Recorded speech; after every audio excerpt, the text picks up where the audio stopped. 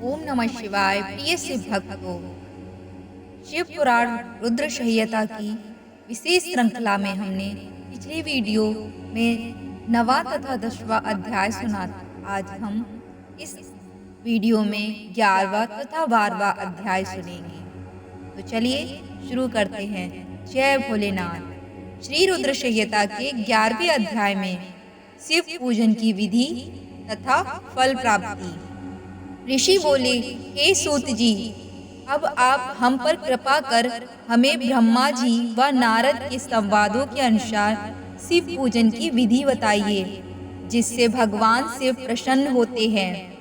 ब्राह्मण, क्षत्रिय, वैश्य और शूद्र आदि चारों वर्णों को शिव पूजन किस प्रकार करना चाहिए, आपने व्यास जी के मुख से जो सुना हो, कृपया हमें भी बताइए।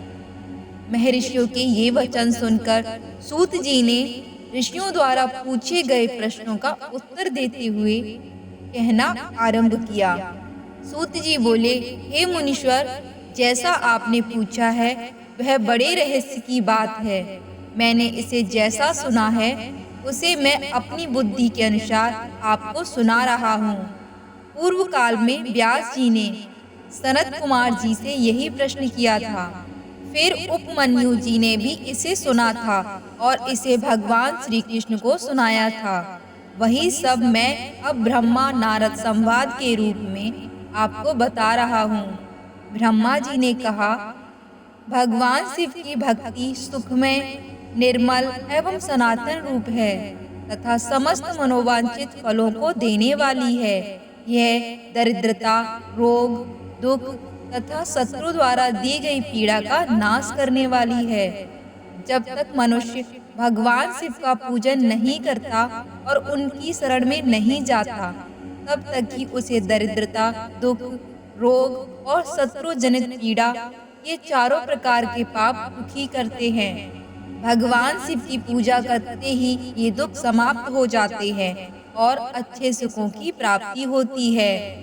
वह सभी भोगों को प्राप्त कर अंत में मोक्ष प्राप्त करता है। शिव जी का पूजन करने वालों को धन, संतान और सुख की प्राप्ति होती है। ब्राह्मण, क्षत्रिय, वैश्य और शूद्रों को सभी कामनाओं तथा प्रयोजनों की सिद्धि के लिए विधि अनुसार पूजा उपासना करनी चाहिए। ब्रह्म मुहूर्त में उठकर गुरु तथा शिव का स्मरण करके तीर्थों का चिंतन एवं भगवान विष्णु का ध्यान करें। फिर मेरा स्मरण चिंतन करके श्रोत पाठ पूर्वक शंकर जी का विधि पूर्वक नाम लें। तत्पश्चात उठकर शौच क्रिया करने के लिए दक्षिण दिशा में जाएं तथा मल मूत्र त्याग करें। ब्राह्मण गुदा की शुद्धि के लिए उसमें 5 बार शुद्ध मिट्टी का लेप करें और धोएं। क्षत्रिय 4 बार, वैश्य 3 बार और शूद्र 2 बार यही क्रम करें। तत्पश्चात बाएं हाथ में 10 बार और दोनों हाथों से 7 बार मिट्टी लगाकर धोएं। प्रत्येक पैर में 3 बार मिट्टी लगाएं। स्त्रियों को भी इसी प्रकार क्रम करते हुए शुद्ध मिट्टी से हाथ पैर धोने चाहिए। स्त्रियों को भी इसी प्रकार क्रम करते हुए शुद्ध मिट्टी से हाथ पैर धोने चाहिए। ब्राह्मण को 12 अंगुल, क्षत्रिय को 11, वैश्य को 10 और शूद्र को 9 अंगुल की दातुन करनी चाहिए। षष्ठी, अमावस्या, नवमी व्रत के दिन सूर्यास्त के समय, रविवार और श्राद्ध के दिन दातुन न करें। दातुन के पश्चात जलाशय में जाकर स्नान करें तथा विशेष देश काल आने पर मंत्रोच्चार पूर्वक स्नान करें। फिर एकांत स्थान पर बैठकर विधि पूर्वक संध्या करें तथा इसके उपरांत विधि विधान से शिव का पूजन कार्य आरंभ करें। तदुपरांत मन को सुस्थिर करके पूजा गृह में प्रवेश करें तथा आसन पर बैठें। सर्वप्रथम गणेश जी का पूजन करें, उसके उपरांत शिव जी की स्थापना करें। 3 बार आचमन कर 3 प्राणायाम करते हुए त्रिनेत्रधारी शिव का ध्यान करें। महादेव जी के 5 मुख, 10 भुजाएं और जिनकी स्फटिक की समान उज्जवल कांति है। सब प्रकार के आभूषण उनके श्री अंगों को विभूषित करते हैं। तथा वे बागांबर बांधे हुए हैं। फिर प्रणव मंत्र अर्थात ओंकार से शिव जी की पूजा आरंभ करें। पाद, अर्घ्य और आचमन के लिए पात्रों को तैयार करें। 9 कलश स्थापित करें तथा उन्हें कुशाओं से ढककर कुशाओं से जल लेकर ही सबका प्रक्षालन करें। तत्पश्चात सभी कलशों में शीतल जल डालें। खस और चंदन को पाद पात्र में रखें। चमेली के फूल, शीतल चीनी, कपूर, बड़ की जड़ तथा तमाल का चूड़ बना लें और आचमनी के पात्र में डालें। इलायची और चंदन को तो सभी पात्रों में डालें।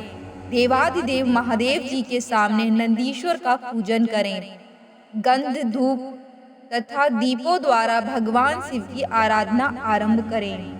शघोजातम प्रपाद्यामि मंत्र से शिवजी का आवाहन करें। ओम वाम देवाय नमः मंत्र द्वारा भगवान महेश्वर को आसन पर स्थापित करें। फिर ईशान सर्व विद्या नाम मंत्र से आराध्य देव का पूजन करें। आद्य और आचमनी अर्पित कर अर्घ दें। तत्पश्चात गंध और चंदन मिले हुए जल से भगवान शिव को विधि पूर्वक स्नान कराएं। तत्पश्चात पंचामृत से भगवान शिव को स्नान कराएं। पंचामृत के 5 तत्व दूध, दही, शहद, गन्ने का रस तथा घी से नहलाकर महादेव जी के प्रणव मंत्र को बोलते हुए उनका अभिषेक करें। जल पात्रों में शुद्ध व शीतल जल लें। सर्वप्रथम महादेव जी के लिंग पर कुश, अपामार्ग, कपूर, चमेली, चंपा, गुलाब, सफेद कनेर, बेला, कमल और उत्पल पुष्पों एवं चंदन को चढ़ाकर पूजा करें। उन पर अनवरत जल की धारा गिरने की भी व्यवस्था करें। जल से भरे पात्रों से महेश्वर को नहलाएं। मंत्रों से भी पूजा करनी चाहिए। ऐसी पूजा समस्त अभीष्ट फलों को देने वाली है।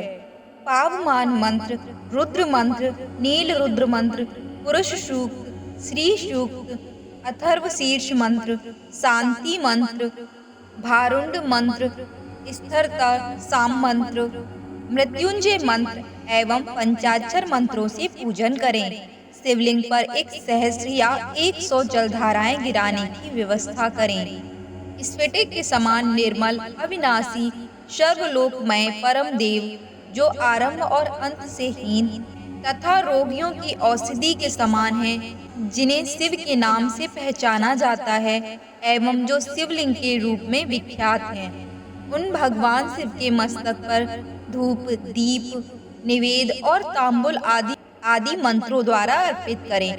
अर्घ्य देकर शिव के चरणों में फूल अर्पित करें। फिर महेश्वर को प्रणाम कर आत्मा से शिव जी की आराधना करें और प्रार्थना करते समय हाथ में फूल लें। भगवान शिव से क्षमा याचना करते हुए कहें, हे कल्याणकारी शिव, मैंने अनजाने में अथवा जानबूझकर जो जब तब पूजा आदि सत्कर्म किए हों, आपकी कृपा से वे सफल हों। हर्षित मन से शिव जी को फूल अर्पित करें। स्वस्ति वाचन कर अनेक आशीर्वाद ग्रहण करें। भगवान शिव से प्रार्थना करें कि प्रत्येक जन्म में मेरी शिव में भक्ति हो तथा शिव ही मेरे शरणदाता हों। इस प्रकार परम भक्ति से उनका पूजन करें। फिर सब परिवार भगवान को नमस्कार करें। जो मनुष्य भक्ति पूर्वक प्रतिदिन भगवान शिव की पूजा करता है, उसे सब सिद्धियां प्राप्त होती हैं। उसे मनोवांछित फलों की प्राप्ति होती है। उसके सभी रोग, दुख, दर्द और कष्ट समाप्त हो जाते हैं। भगवान शिव की कृपा से उपासक का कल्याण होता है। भगवान शंकर की पूजा से मनुष्य में सद्गुणों की वृद्धि होती है। यह सब जानकर नारद अत्यंत प्रसन्न होते हुए अपने पिता ब्रह्मा जी को धन्यवाद देते हुए बोले कि आपने मुझ पर कृपा करके मुझे शिव पूजन की अमृत विधि बताई है। शिव भक्ति समस्त भोग और मोक्ष प्रदान करने वाली है। श्री रुद्र संहिता के 12वें अध्याय, जिसमें देवताओं को उपदेश देना। नारद जी बोले, ब्रह्मा जी, आप धन्य हैं, क्योंकि आपने अपनी बुद्धि को शिव चरणों में लगा रखा है। कृपा कर इस आनंदमय विषय का वर्णन सविस्तार पुनः कीजिए। ब्रह्मा जी ने कहा, हे नारद, एक समय की बात है, मैंने सब ओर से देवताओं और ऋषियों को बुलाया और क्षीर सागर के तट पर भगवान विष्णु की स्तुति कर उन्हें प्रसन्न किया।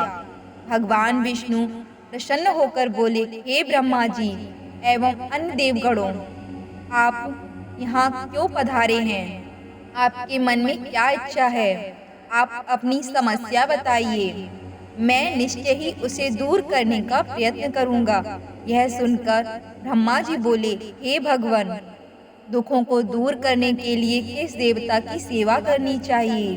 तब भगवान विष्णु ने उनके प्रश्न का उत्तर देते हुए कहा, हे ब्राह्मण, भगवान शिव शंकरी सब दुखों को दूर करने वाले हैं। सुख की कामना करने वाले मनुष्य को उनकी भक्ति में सदैव लगे रहना चाहिए। उन्हीं में मन लगाए और उन्हीं का चिंतन करे। जो मनुष्य शिव भक्ति में लीन रहता है, जिसके मन में वे विराजमान हैं, वह मनुष्य कभी दुखी नहीं हो सकता। पूर्व जन्म में किए गए पुण्यों एवं शिव भक्ति ही पुरुष को सुंदर भवन, आभूषण से विभूषित स्त्रियां, मन का संतोष, धन संपदा, स्वस्थ शरीर, पुत्र पौत्र, अलौकिक प्रतिष्ठा, स्वर्ग के सुख एवं मोक्ष प्राप्त होता है।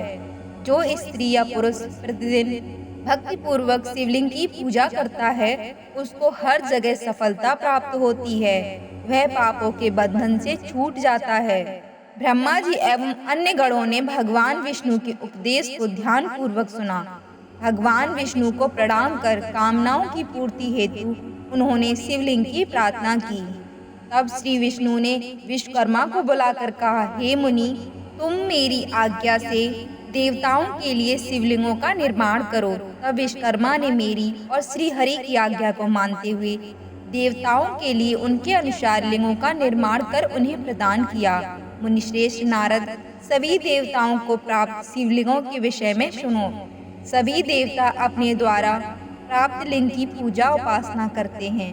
पद्म पराग मणि का लिंग इंद्र को, सोने का कुबेर को, पुखराज का धर्मराज को, श्याम वर्ण का वरुण को, इंद्रनील मणि का विष्णु को और ब्रह्मा जी हेलमय लिंग को प्राप्त कर उसका भक्ति पूर्वक पूजन करते हैं। इसी प्रकार विश्वदेव चांदी के लिंग की और वसुगण पीतल के बने लिंग की भक्ति करते हैं। पीतल का अश्विनी कुमारों को, स्फटिक का लक्ष्मी को, तांबे का आदित्यों को और मोती का लिंग चंद्रमा को प्रदान किया गया है। ब्रजलिंग ब्राह्मणों के लिए व मिट्टी का लिंग ब्राह्मणों की स्त्रियों के लिए है। मयासुर चंदन द्वारा बने लिंग का और नागों द्वारा मूंगे के बने शिवलिंग का आदर पूर्वक पूजन किया जाता है। देवी मक्खन के बने लिंग की अर्चना करती हैं। योगी जन भस्ममय लिंग की, यक्षगण दधि से निर्मित लिंग की, छाया देवी आटे की लिंग की और ब्रह्मपत्नी रत्नमय शिवलिंग की पूजा करती हैं। बाणासुर पार्थिव लिंग की पूजा करता है। भगवान विष्णु ने देवताओं को उनके हित के लिए शिवलिंग के साथ पूजन विधि भी बताई है। देवताओं के वचनों को सुनकर मेरे हृदय में हर्ष की अनुभूति हुई। मैंने लोगों का कल्याण करने वाली शिव पूजा की उत्तम विधि बताई। यह शिव भक्ति समस्त अभीष्ट फलों को प्रदान करने वाली है। इस प्रकार लिंगों के विषय में बताकर ब्रह्मा जी ने शिवलिंग व शिव भक्ति की महिमा का वर्णन किया। शिव पूजन भोग और मोक्ष प्रदान करता है। मनुष्य जन्म उच्च कुल में प्राप्त करना अत्यंत दुर्लभ है। इसीलिए मनुष्य रूप में जन्म लेकर मनुष्य को शिव भक्ति में लीन रहना चाहिए। शास्त्रों द्वारा बताए गए मार्ग का अनुसरण करते हुए, जाति के नियमों का पालन करते हुए कर्म करें। संपत्ति के अनुसार दान आदि दें। जब तब यज्ञ और ध्यान करें।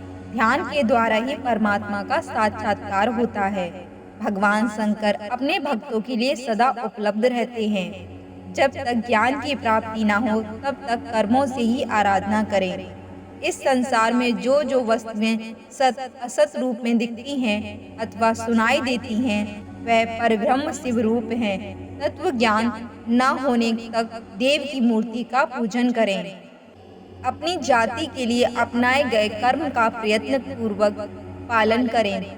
आराध्य देव का पूजन सदा आराध्य देव का पूजन श्रद्धा पूर्वक करें, क्योंकि पूजन और दान से ही हमारी सभी विघ्न एवं बाधाएं दूर होती हैं। जिस प्रकार मैले कपड़े पर रंग अच्छे से नहीं चढ़ता, परंतु साफ कपड़े पे अच्छी तरह रंग चढ़ता है, उसी प्रकार देवताओं की पूजा अर्चना से मनुष्य का शरीर पूर्णतः निर्मल हो जाता है। उस पर ज्ञान का रंग चढ़ता है और वह भेदभाव आदि बंधनों से छूट जाता है। बंधनों से छूटने पर उसके सभी दुख दर्द समाप्त हो जाते हैं और मोह माया से मुक्त मनुष्य शिव पद प्राप्त कर लेता है। मनुष्य जब तक गृहस्थ आश्रम में रहे, तब तक सभी देवताओं में श्रेष्ठ भगवान शिव की मूर्ति का प्रेम पूर्वक पूजन करे।